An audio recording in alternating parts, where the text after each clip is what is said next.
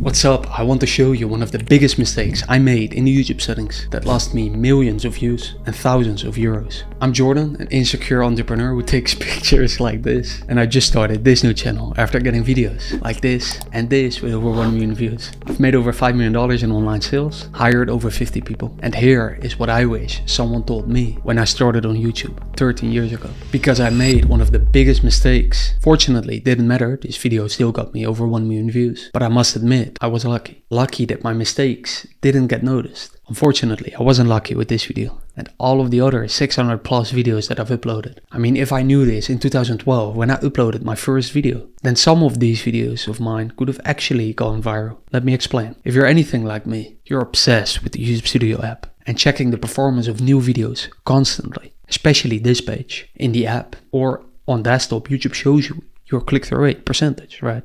And this is something you can easily influence after you've uploaded your video by simply changing your title and thumbnail. That's why I check this page so often. By the way, speaking of thumbnails, you can download my free thumbnail pack with templates to create thumbnails like this, and even this in minutes for free. Anyways, these things are obviously something I check almost hourly after a new upload. Because, listen closely, I want to confirm the title and thumbnail combination as soon as possible, based on the winner in my hourly A/B test. But there's a problem. I used to look at this number in the YouTube Studio app. It's the only number they show. On desktop, however, there is this little button. And when you've uploaded a new video, the biggest mistake you can make is to not check the traffic source. If you do not check this page from now on, you could be losing millions of views like I have. That's not BS. Why? Because you will never see this page.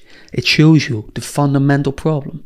Let me explain. YouTube shows you click-through rate, but here it shows you click-through rate by traffic source. And what do you think is the source that the YouTube algorithm usually tests first? I mean, in the first 24 hours? It's suggested videos with a much lower click-through rate. I mean, take a look at this screenshot where you see the first 24-hour stats of one of my recent uploads. But what most YouTubers see is this. By the way, suggested videos usually have between a 1% to 4%-ish click-through rate from me. But it's not where most of my views and your views come from. Because that source is browse features, as you may already know. Suggested videos usually only get me around like 10 to 40% of my total views. So then what did I do wrong for all of these years? I judged my title and thumbnail based on the click-through rate at the wrong time, from the wrong source. If I had checked the traffic sources earlier, I would have saved millions of views and at least 3 mental breakdowns. Because let's look at the numbers. Here you see an example of my upload. Within the first 24 hours, it had a click-through rate of 0.5% for suggested. Basically, my mom didn't even click. Whereas browse, however, had a 6.1% click-through rate. And the overall click-through rate, that was just 0.9%. But I saw that number. You are looking at this number often, don't you? And thus, I almost changed the thumbnail and title. I mean, 0.9% click-through rate. Everyone would get a mental breakdown from that. So I almost changed them, but I didn't, fortunately. Because here are the stats after the first 24 hours. Browse features now had around a 6% click-through rate with 250,000 impressions. And suggested had a 2% click-through rate at 230,000 impressions. And if you know anything about YouTube, you know that a overall 5.9% click-through rate after months of uploading is an okay thumbnail, especially in the educational niche where this video was uploaded. But if I would have changed the thumbnail and title based on this or this, then I would have not gotten these amount of impressions. So what is the lesson here? I should have never ever looked at the click-through rate, only at the click-through rate by traffic source. Now another lesson is that I should have never used the free YouTube thumbnail A/B test tool. I mean, it could have been a worse mistake than the one that I outlined in this video. Why? Because I could have been removing my 8% click-through rate thumbnail because I chose the 51% watch time share variant. I still can't believe they only show that statistic. Now, I use a pay tool, this one, with hourly A/B tests,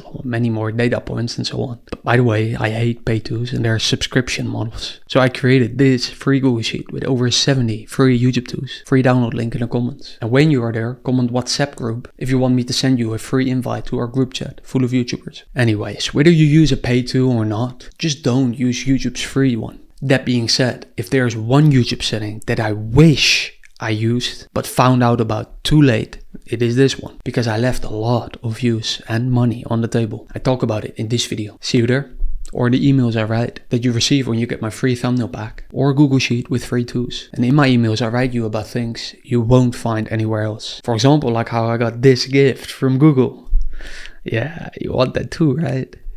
Or this one where I changed my face for a Studio Ghibli version of myself in the thumbnail and got a significantly higher click-through rate, as you can see. So read my emails if you like practical YouTube tips.